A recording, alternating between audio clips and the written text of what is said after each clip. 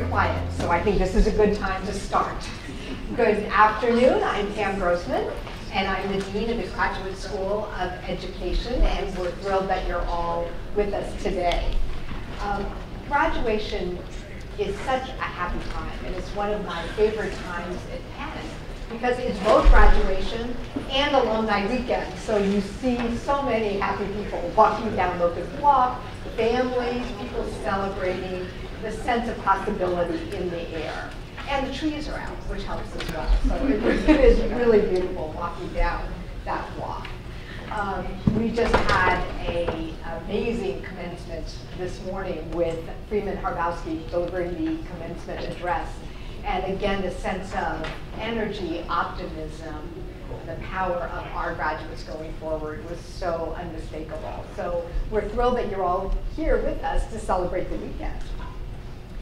We're also very excited to have our speakers and our panel with us today. And I think you'll soon see why. They both embody the commitment to education and to student success that you'll hear about shortly. They are both remarkable in their own ways and the kind of efforts they've made on behalf of students.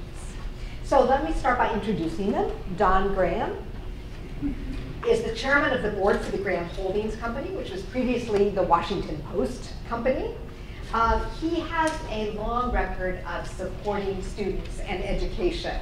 He previously served as the chairman of the District of Columbia College Access Program, which was a private foundation that more than doubled the number of DC public high school students going on to college and helped triple the number who are graduating from college, which is pretty remarkable. So, in 2013, he founded the Dream US, the nation's largest college success and access program for the Dreamers. The Dreamers are the immigrant youth who came to the country as children without documentation and are trying to stay and succeed here. Together with its partners, including more than 75 higher education institutions, the Dream US has committed more than $100 million for Dreamers to enter college and to attain a college degree. So we'll hear more about Don's journey into education soon.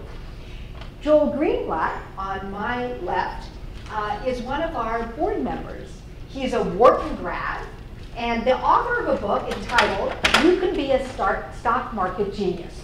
You can ask him questions about that as well. He's a managing partner of Gotham Capital and a former trustee of Penn, as well as a member of the board of Penn Medicine and GSE. But Joel is here today in his role as the co-founder of the Success Academy, which is an organization of charter schools in New York City. They've grown from a single school to a network of 46 schools that serve 15,000 students in New York, most of them from very low-income backgrounds. Of the top 25 schools in New York City, 18 of them were Success Academy schools. 6 of them were selective, and 1 of them was a district public school that Joel and I had the privilege of visiting last week to see what they were doing. So it's been a remarkable journey of these schools to provide college preparatory education for students who come from, again, some of the most challenged neighborhoods in New York. Joel's passionate about ensuring that all students have a chance to succeed no matter where they live, and you'll hear more about that when he talks as well. So we'll start by having all ask a set of questions, and we already know, because we had a prep call yesterday, that they have a lot to say, and they already began to have a conversation between themselves. So we'll have a very lively conversation, and then we'll open it up to questions from the audience. So you might have gotten an index card. We'll also pass some more in if you didn't get one. And so go ahead and write your questions down, and at a certain point we'll stop and collect those questions and make sure your questions are entered into this as well. Okay, so you probably picked up the fact that they have, both Joel and Don have spent an enormous amount of time, energy, and money in education, but neither of them is actually in education as a professional. So I guess the first question I want to ask them is, what led you to this path to really becoming so passionate about it? Alphabetical order, Joel, you're first. That's not right. Well, I didn't get much Reverse education. One place I started was I actually was a tutor at the Lee School down the block when I was here at Penn. And I wasn't sure, but even though I was tutoring a student, I thought he might be smarter than me. So that was the first clue that there was a lot to work with students. But I went to Wharton and had a nice, successful career. I had grown up in a very nice neighborhood with very nice public schools and got a really great education between going there and having the opportunity to come to Penn. And I'm a capitalist, and I really believe in the capitalist system, but it really only works if everyone has a fair chance. And education is probably the least fair, most unequal. In other words, it really depends where you were born, what schools you get assigned to. And in general, the poorest end up in the worst schools because people who can afford to can move to a better school district or send their kids to private schools or religious schools or whatever. They have choices. And many poor or low-income families don't. And I was interested in seeing what I could do there, and also just being an investor, teach a man to fish. In other words, education is the great equalizer. So I was very attracted to that and got involved in a program near where I live on Long Island. Really determined some of the things, I don't know how long we went into this, but really it was a program that intervened in middle school. And I backed, one of the ways you could be involved is backing a class, so I paid for the program for a 7th grade class. And most of the kids were 4 and 5 grades behind in reading and doing math, so they were basically wasting their school day. And there were supplements for the program. It was very expensive, and it didn't make a lot of sense. And they put someone new in charge, the great woman, Jerry House, who had just won Superintendent of the Nation, and she was Superintendent of Memphis Public Schools. And I went to her and I said, hey, listen, what you're doing is great and very noble, but why can't we go to kindergarten and 1st grade? Because you can't be 4 or 5 grades behind there. And she said, well, I can send you in the right direction, but that's not our challenge. And she did, and that's how I got involved in K-12. That's great. Don. Well, I want to begin by paying tribute to the organizer of this event, my very own cousin, Jane Lindahl, who received her M.S. in education this morning. Family is all here. So the very first dreamer that I met was the salutatorian of Bell High School in Washington, D.C. 5 years ago. An outstanding student, an outstanding young woman, a class president, everything. And I was running a scholarship program in Washington, D.C., and she said, I've been told by my college counselor that I can't go to college.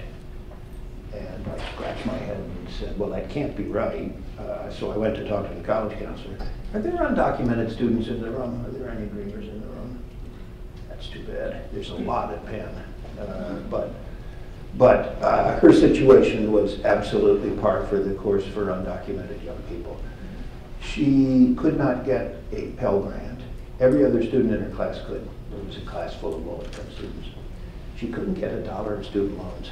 Couldn't. The only loans come from the federal government, and undocumented immigrants, even if they went to an American high school, even if they went to an American kindergarten or high school, are not eligible. Nor is there anything they can do, nothing ever, to change their status. They cannot get a green card, they cannot become citizens, no matter what they do. And they were brought here as children. She was brought here at the age of 2, so she didn't have a whole lot of say in the matter. And the average one of our students in our scholarship program came here at the age of 6. I'm sort of a law enforcement guy. I actually was a policeman way back. But there's nothing you'd ever arrest a 6-year-old for. There is no possible You know, if a 6-year-old's riding in the getaway car in a bank robbery, you still can't bring charges. You know, it's just not possible for a 6-year-old to have criminal intent. And of course, the other brutal thing about this is the kids now who have this wonderful federal program called DACA, which President Obama put into existence in 2012. This is a cost-free program. It doesn't give many benefits. It doesn't give any money. But they can stay in the United States, and they can work. They get the same work permit, the same Social Security number that a foreign student gets. And then they have to renew that every 2 years, and they can never have committed a crime. They have to, the local police department has to say, I've never committed a crime. So, but she had DACA, but even the local community college had, by law, had to charge her out-of-state tuition. So, you know, she could work forever, and she couldn't earn enough money even to pay out-of-state tuition at the community college, which was too much. It was 3.5 times the in-state tuition, and the in-state tuition wasn't cheap. So, a group of us set out to provide scholarships for these kids, and that's the beginning of this part of the story. Incredible.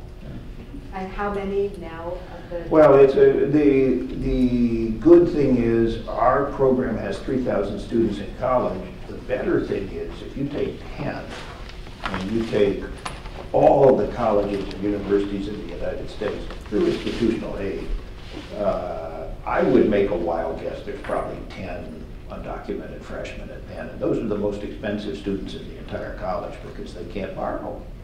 But I would also bet you they're among the top academic performers in the college because of the level of motivation these students have. So the colleges and universities in the United States have been wisely generous to a lot of these students. And we're really proud of ourselves. We're the biggest scholarship program going. We've got 3,000 kids in college, but there's 690,000 of these students with DACA. So we're not even scratching the surface. And they're, as I'll tell you in the course of our discussion, they're amazing students. So we're a graduate school of education Yes. and deeply care both about K-12 and about higher education and college access. What role do you see graduate schools of education playing in the things that you care most passionately about? This is a good question for our board member too. Well, it's always good to know what you're doing. So there's a lot that goes behind the research that's being done in the graduate school of education that can be learned from. I think, you know, one of the things that struck me, and it's kind of obvious to begin with, but got me excited, is that, you know, really comes down to the teacher at the end of the day. You need a great principal, but you need a great teacher or you really can't get anything done. And that's very important. And when we got involved with Success, it was very interesting because I went around to look at the other schools that were doing well, and charter school movement was pretty new, and one of the best ones was KIPP Academy, which many of you have heard about, and I went to visit. They had opened a middle school in Harlem, and I went up to look at it. And I'm watching one of the most amazing, I think it was 7th grade English classes I've ever seen. And I'm standing next to the assistant principal, and I'm just listening to this amazing lesson, and I just, you know, nudged the assistant principal. I said, could you tell me the background of that teacher? And the assistant principal said, well, you know, he wrote for the show Frasier for 5 years, and then he decided to come back and, you know, teach English. And so I thought, well, it would be nice if we could, you know, everyone could be taught by the top 1% of teachers. You know, this guy was really incredible talent, but the real challenge was to make everyone, you run out of the top 1% of teachers. So the challenge was really to make everyone as good as possible, and so sort of doing the research to find out what that is, and, you know, finding the leaders that can nurture those teachers. Obviously, it's a long process to some degree to become a good teacher, and you're always learning, I'm sure, if you're a good teacher. And so development of teachers is very important. So I think that's, you know, one of the things at Success Academy, there's 2 to 3 hours a day of teacher development. And I think, you know, looking at the research. You got to bring up, if you can make average teachers great, and so everybody's good at that, that would be the goal. How to do that, and all the research that goes involved with that, and that's the work of the graduate school education. I want to say from everything I know and see, the Success Academies are every bit as great as Joel says they are, with one exception, which is that most unwisely they have not started schools in Washington, D.C., but I'm sure Joel will see to it that that is put to rights. So I want to talk to Pam and to any of you who play a role in the management of this great school or this great university. I have a feeling there are people in this room who may be on the boards of universities or know people who are. Because DACA went into effect in 2012, and again, it was DACA that allowed dreamers to remain here without fear and to work. And so the first dreamers headed off to college probably in the fall of 2013. This year's college seniors entered in the fall of 2014. Large numbers of dreamers will be graduating. And if you say, how many graduate school places will there be for these students, even if a student is a perfectly qualified pre-med, how many places in medical schools will be available to students who can't receive any scholarships at all from the government? I think the answer is fewer than 100. But we alone, this year, will have 300 seniors graduating. Next year, probably twice that. And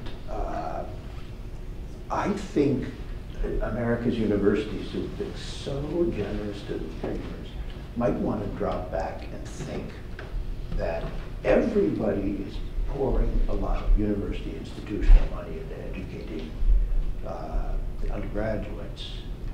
And we're going to graduate droves of dreamers who want to be teachers. It would be great to have some place where there were a handful or more than a handful of scholarships available in business, in education, in medicine, in nursing.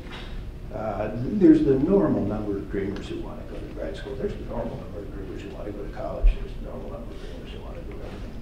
And I hope universities will start giving some thought to doing this, although, once again, it's very expensive for them, and I don't ask that lightly.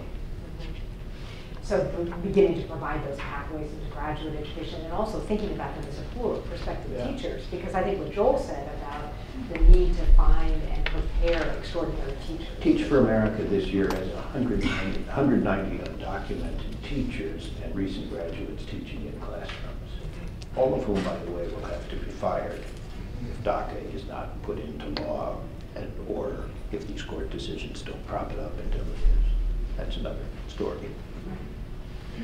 Yes, no, so one of the, just sort of to drill down a little bit more, so partly it's preparing the transformational teachers. It's doing the research around professional development. It's providing pathways for dreamers to think about becoming teachers, educators, leaders in a variety of things. I also want to think about our role as a research university, the kind of research you think we should be doing from your perspective. And Joel, part of your story is that I'm always so fascinated by is you started with the research. Yes. When you started developing the Success Academy, you actually went and read education and research as an entry into this journey. So you want to talk a little bit about how you found the work of Bob Slade and the kind of thing that? Oh, sure. So just to continue the story, Jerry House, who had been superintendent of the nation when she was Memphis superintendent, had 4 intervention programs to sort of turn around elementary schools. And she pointed me to the one she thought was the best, was put together by a professor from Johns Hopkins named Bob Slavin, who had put together a very prescriptive reading and math program that was in 1,800 schools. And it had some success. You know, it had taken schools that were at 20% reading. It was called Success for All. But in a lot of the schools he started with, 15 or 20% of the kids were reading at grade level. But what's getting them within a reasonable amount of time to maybe 40% reading. But I sort of called him up and said, great job, but that's not success for all. What would it take to really have success for all? And he said, listen, it's just a curriculum. I can't implement it myself. And so I sort of said, well, I'm just a guy with money. Would money help? And he said, yes, if it's spent in the right way. And so together with him, we developed, how would he like to see the program implemented? What kind of supports would he give to the school in tracking the kids and making sure that it was implemented in the way that he would like, and got involved with a school in Queens, actually, a regular district public school, and tried to implement the program with a very, this was the third school, actually. I went to 3 different schools. I went to, there's a district in Hempstead, Long Island, which is where I had been in my original program in the 7th grade, and I went to the superintendent. I went with Bob Slavin. I went with Jerry House, who had been superintendent of the nation. So I had some credibility. I'm just a guy from, whatever, on Wall Street. And so we walked into his office and said, listen, I said, I'd like to just keep spending money till all the kids can read. Not because I'm an idiot, but because I want to see how much that is, and, give me a school. And so after we got turned down, we went to a school in Brooklyn and gave the same speech with the same people. I mean, this is, really one of the top professors in the country and, top superintendent. And part of Success for All was 80% of the teachers had to vote to accept the program. And the principal literally said, I don't think I can round up all the teachers in one place so that they could vote. So we walked out of there scratching our heads saying whatever. And then we found this school in Queens where the principal and the assistant principal said, I said the same thing, I just want to keep spending money until the kids can read. So she said, how high do we jump? Where do we go? What do we do? And so we figured we found the right school, and it was, so we implemented some interventions to take the research he had done, put it together the way he would have liked to see it, and it ended up being very, very successful. So it's putting research right into practice and getting him. Yeah, but also the guy who did the research implementing the way he wants. So there's doing the research, there's putting together the curriculum, and then there's making sure it's done the way that you thought it should be done. Because once you lose that control, obviously it loses something in the translation. And so just having him there to help implement it and putting the research to work the way that he had wanted was nice to see and great for the kids. Yeah. How about you? Well, I would volunteer. I mean, I think our students in the Dream.us are a fabulous subject for research. But I also have another interesting subject, and I'm fascinated by it. And I think it has enormous implications for the city of Philadelphia, among other places. We collected money to educate dreamers. So the money could only go so far. And one of our our first employees, who was still the program director of the Dream.us, Gabby Pacheco, was the graduate of Miami-Dade University, Miami-Dade College in Miami, Florida, which in most crowds you could win a bet in any bar by asking the question, what's the largest university in the United States? Not online, but on campus. And the answer is Miami-Dade College, with 165,000 students. Why? Because some genius in the Florida legislature was mad at the four-year college in his county, and he introduced a bill that said the two-year colleges, if they wish, in Florida, should be allowed to offer, should be accredited to offer four-year degrees in vocational subjects. No comparative literature majors, but we're gonna let Miami-Dade, which was the community college, offer four-year degrees in accounting, nursing, business, computer science. And they now go up to aircraft operations and 40 bachelor's degrees in addition to the two-year degrees they award. Total annual, the same bill said, but you got a price like a community college. So the in-state tuition at Miami-Dade is still below $4,000 a year. Now, that's an outlier You could do that in Florida because it's Florida. There's so many students. You weren't going to hurt the four-year colleges because they have plenty of students. You certainly were going to help the two-year colleges. They had lots of students too. But in New York City, CUNY still charges $7,000 a year. I can't find a school in Philadelphia under 15, a four-year school. The community college charges less, of course, but then you've got to teach the last 2 years. And Temple is not a low-price school. Temple is a fine state university, and on that scale, you know, really, it's not Penn State, but it's up pretty close to that. So its job is not to educate. CUNY has 500,000 students in 11 four-year colleges and 8 two-year colleges.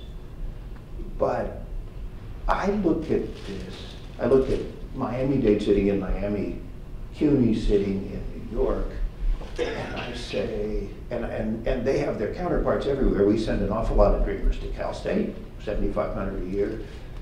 University of Texas campus is not Austin, but the smaller ones all are 6,000, 7,000.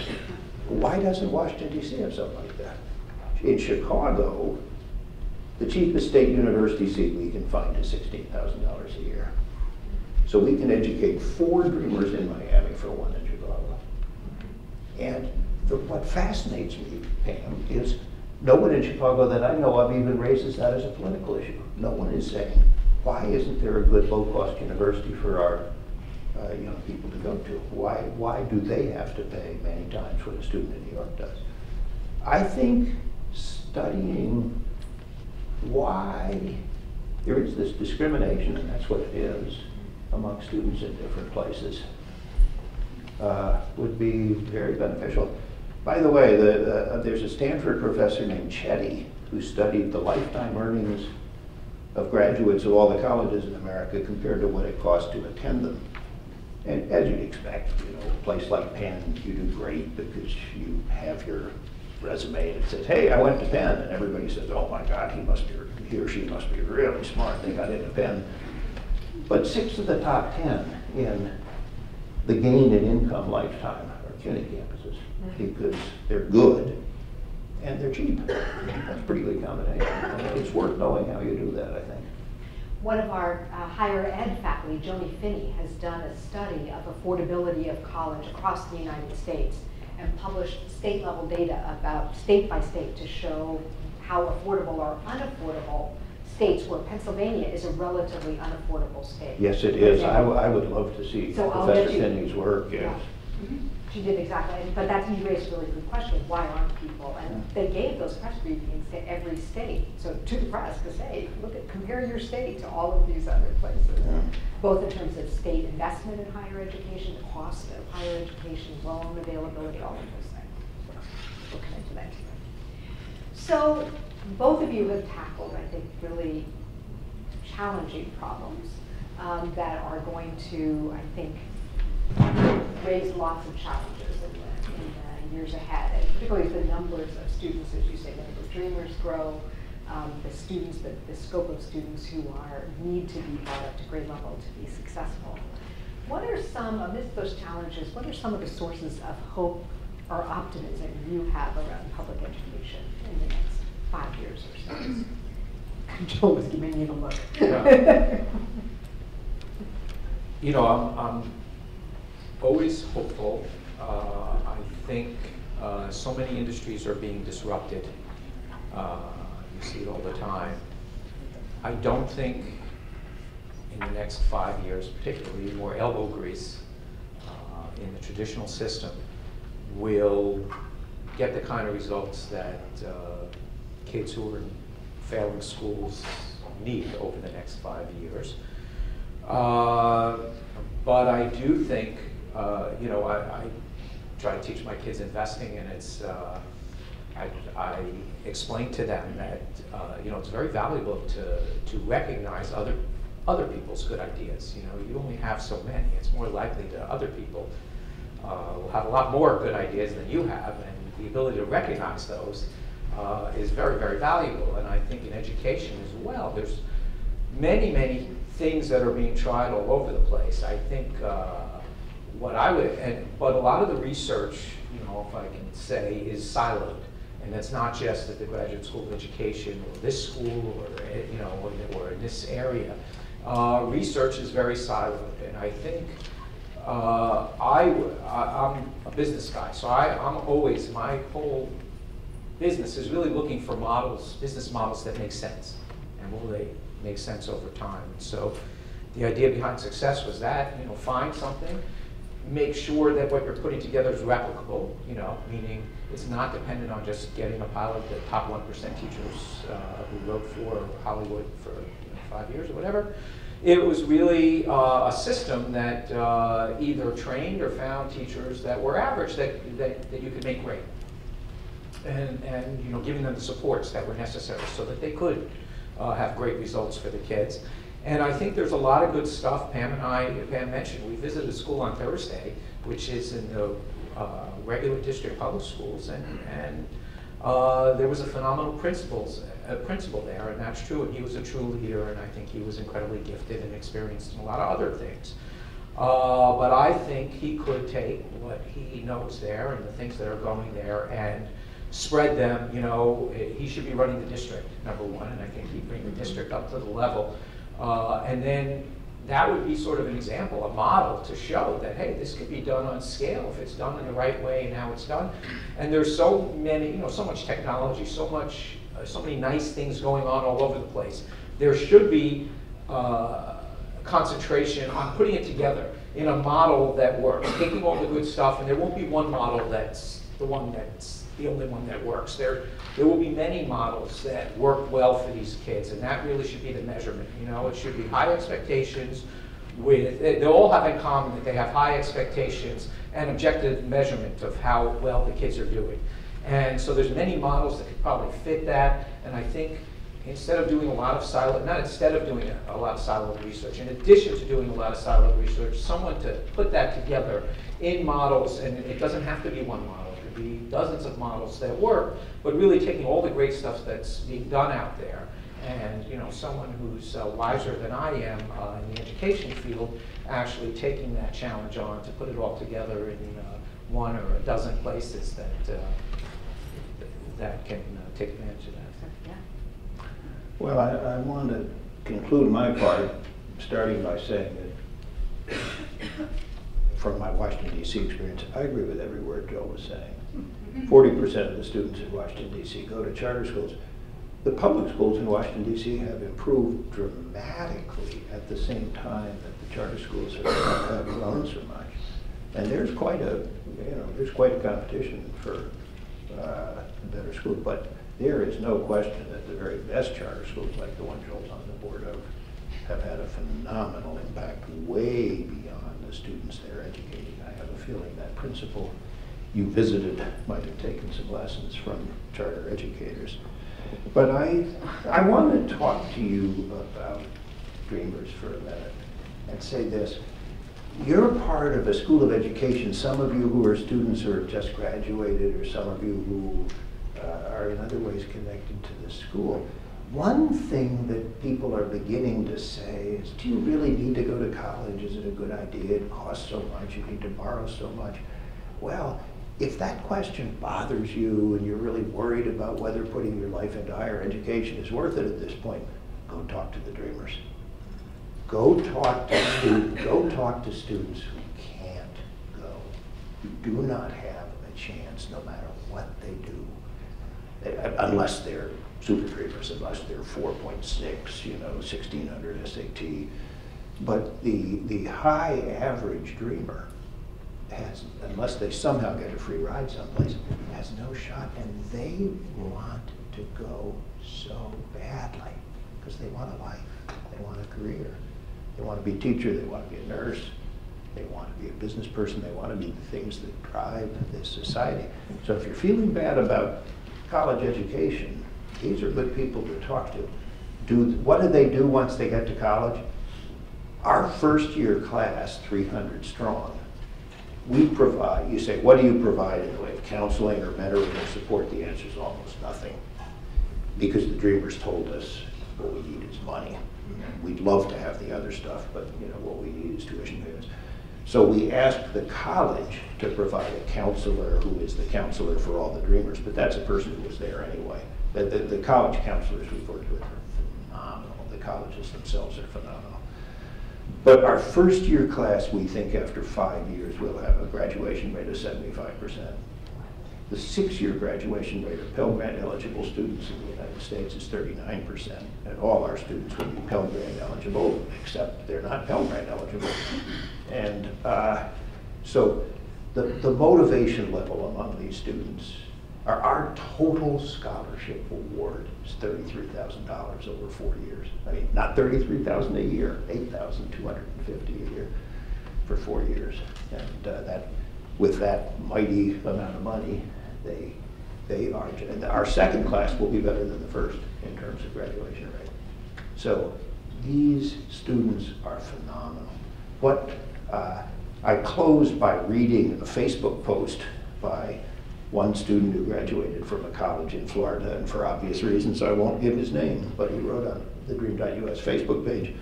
So I've been on vacation. It took me a little longer. I wanted to take a second to take it all in and meditate on these years. In 2008, remember that's 10 years ago now, I graduated high school in South Florida. I'd been accepted to most of the colleges I want to go to, but I couldn't afford any of them. College was out of the question. So I worked, volunteered, read, watched a lot of soccer, and tried to move on with my life. But without a college education, my dream seemed too distant. Every time I logged onto social media for the 6 years following, I saw my high school friends living their college life, living their dreams, expanding their minds, getting an education, graduating, starting exciting careers, traveling, buying houses, experiencing life to the fullest. It hurt, not because of envy, but because it seemed I never could have the opportunity to even try reaching some of these things. But then DACA arrived, and then the Florida legislature opened their eyes, meaning that Florida Dreamers got in-state access to higher education. And finally, and most importantly, the Dream.us believed in me like no other institution prior had. 4 years later, I graduated. The week before my graduation, when I found out I passed all my classes and my senior project presentation went perfectly, I got home, and as soon as I saw my parents, we all just embraced and cried together. None of that would be true without this scholarship. It's more than money for tuition. It's opportunity, hope, encouragement, belief, bravery, and love. There's no amount of words I could use to thank you from a brand new computer scientist / software engineer.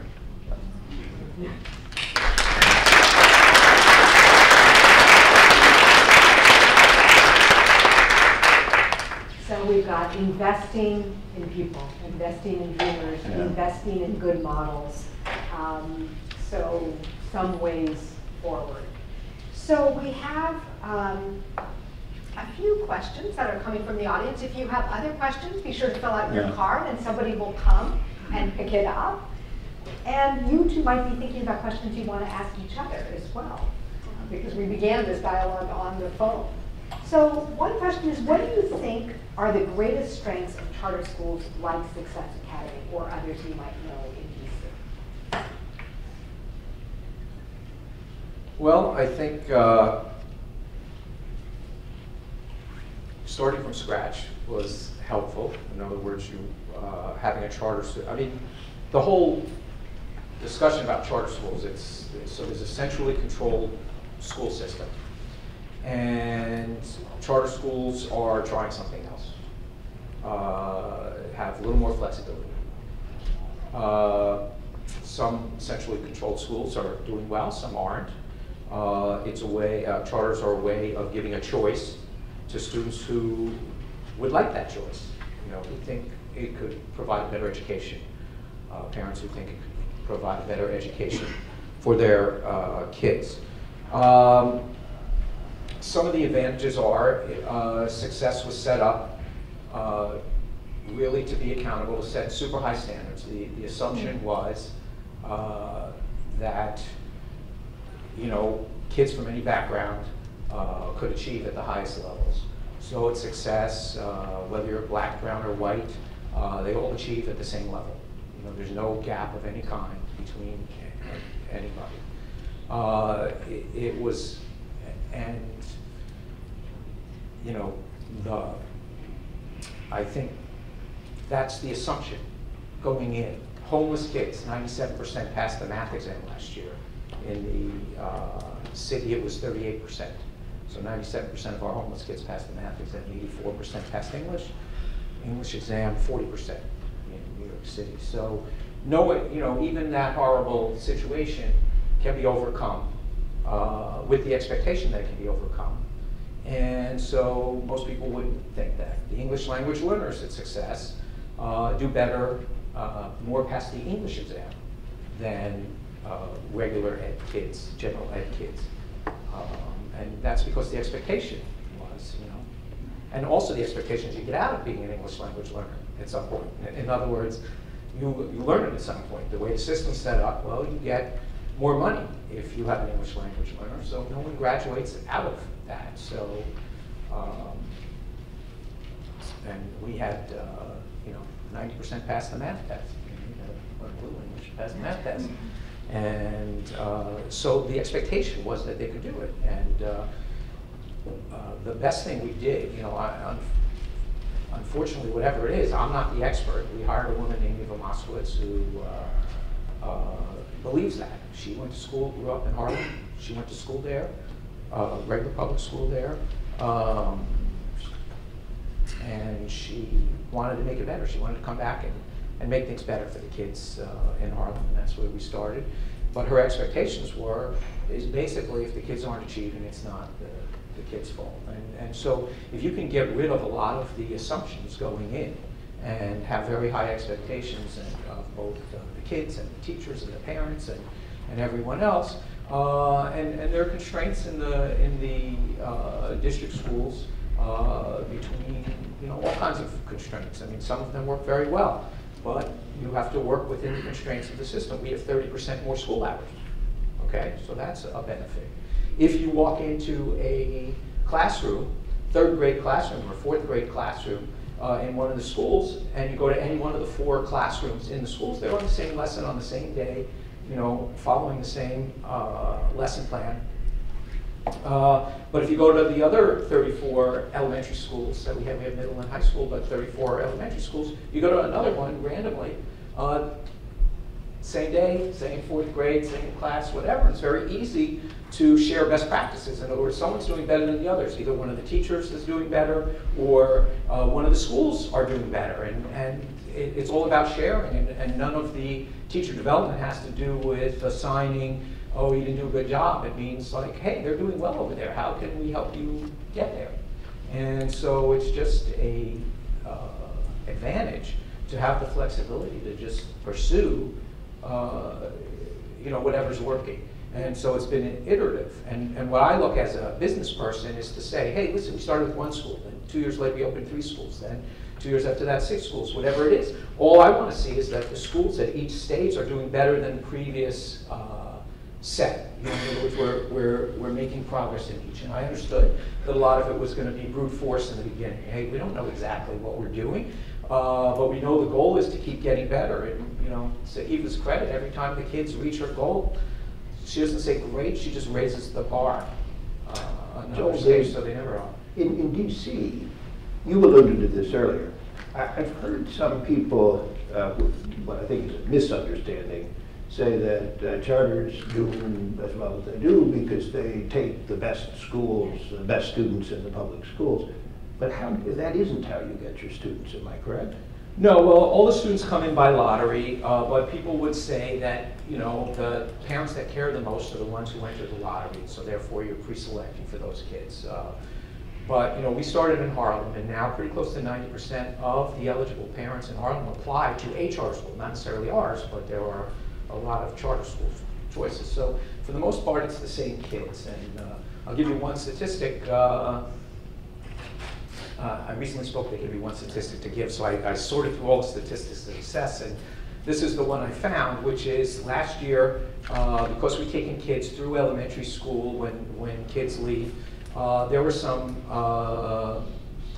kids who came to Success last year, 150 of them, who had been in other public schools the year before and got state test starts in 3rd grade. So they've been in the 3rd grade, been tested,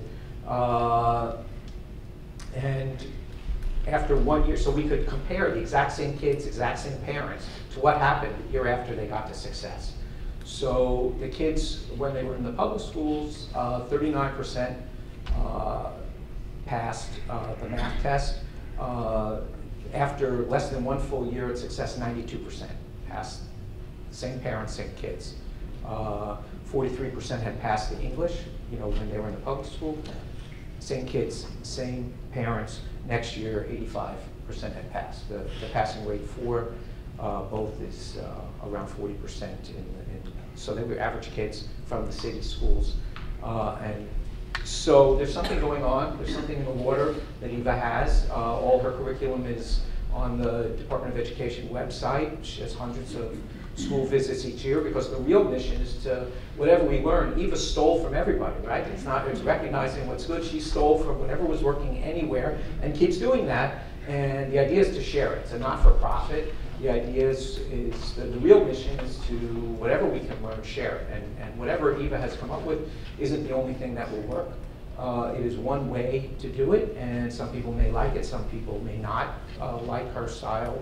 But hopefully there'll be dozens of others that also work for the kids, and that's the goal, to share whatever we have, and people pick and choose whatever they like.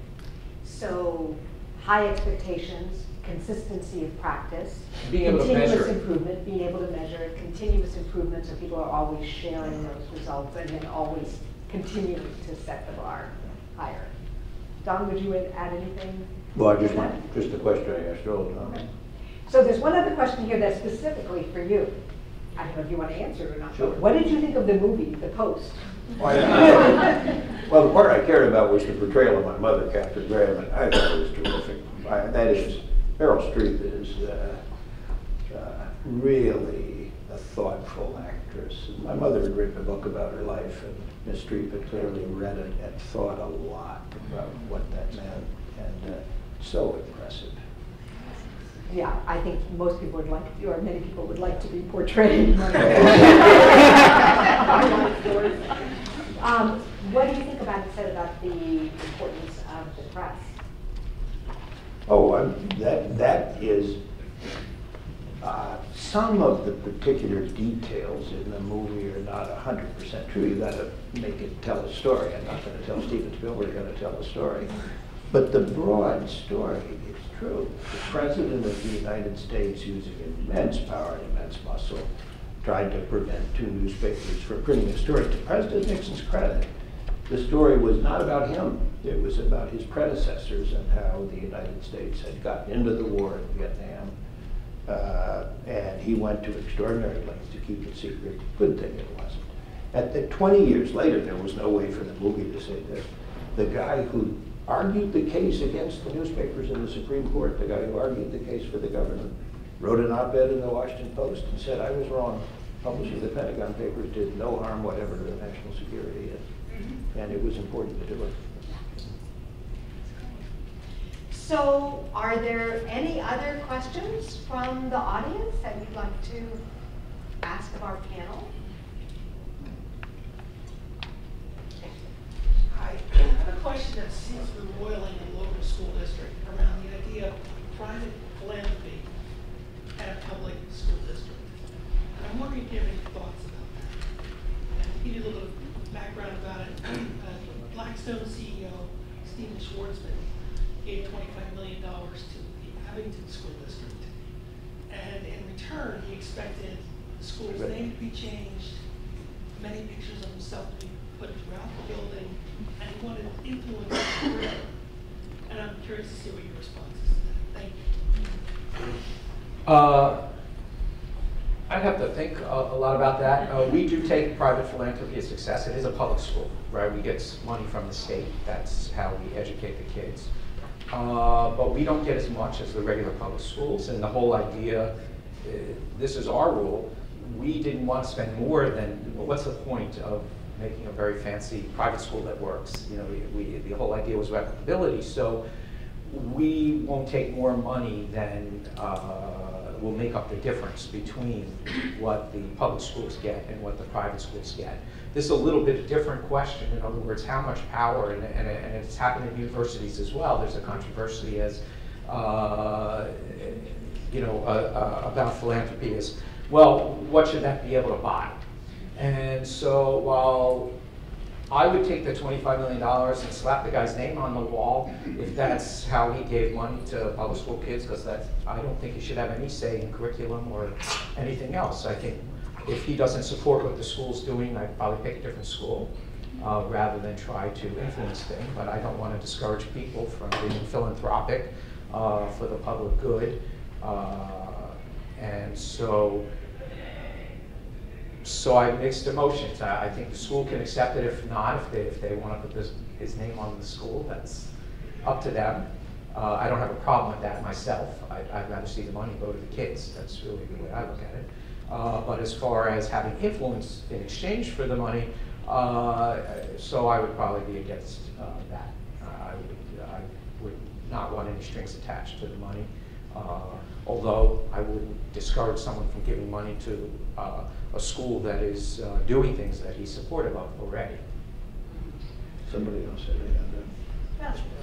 In underfathered communities, particularly communities of color, the role of the male teacher is extremely important. What is the University of Pennsylvania doing to attract more teachers of color, especially men, at the early childhood educational level especially?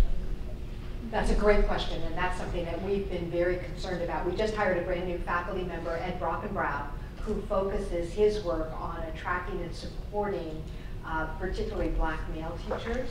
We're working as well with the Fellowship, which is an organization here in Philadelphia that supports Black male teachers, not specifically in early childhood, but in all grades. And so we're talking to them about actually creating a pipeline program to invite students from across the country, Black male students who might be interested in education, who'd like to come for a summer experience with the hope of attracting more people into the classroom. So I think it's a critically important issue. One of my former students, Travis Bristol, who was at Boston University and is now going to Berkeley, is also working on this issue with city and districts, trying to figure out how do you increase that. I want to piggyback on your good question to talk about discrimination. The history of discrimination in education in this country is very old, and it's touched almost every state, almost every community in the country. So when I went away to college in 1962, well, Black students had no access to higher education in most of the southern states and in some private colleges in the north, and indeed in some public colleges in the north. That is a bitter history, fought out in courtrooms, decided with feet being dragged by governors, by presidents of universities, by professors, to their shame. Today, I was talking about these dreamer kids, these immigrant kids. The state of Georgia and the state of South Carolina, which weren't exactly welcoming to Black students once upon a time, today ban the dreamers from attending even if they pay. Now there's many states that effectively ban them by charging them out-of-state tuition, which is 3 times the in-state rate, or even international tuition. The dreamers have no money at all, so it doesn't really matter. They can't pay the in-state tuition. But, you know, I wish I could put the legislators in those states who voted for those laws and just let them meet some of these children. Let them meet some of these young people who, as with African-American students in the South, first, I wouldn't compare the situation of dreamers to that of African-American students in the South. It isn't the same. Nobody was enslaved. You know, it is not the same, except in this one thing, that these same universities punish these students in the same way they did the mothers and grandmothers and fathers and grandfathers of today's African-American students. It is a great, great shame, and the universities, I think, one day will apologize for it. So let's stop there and thank our speakers for today. Thank you.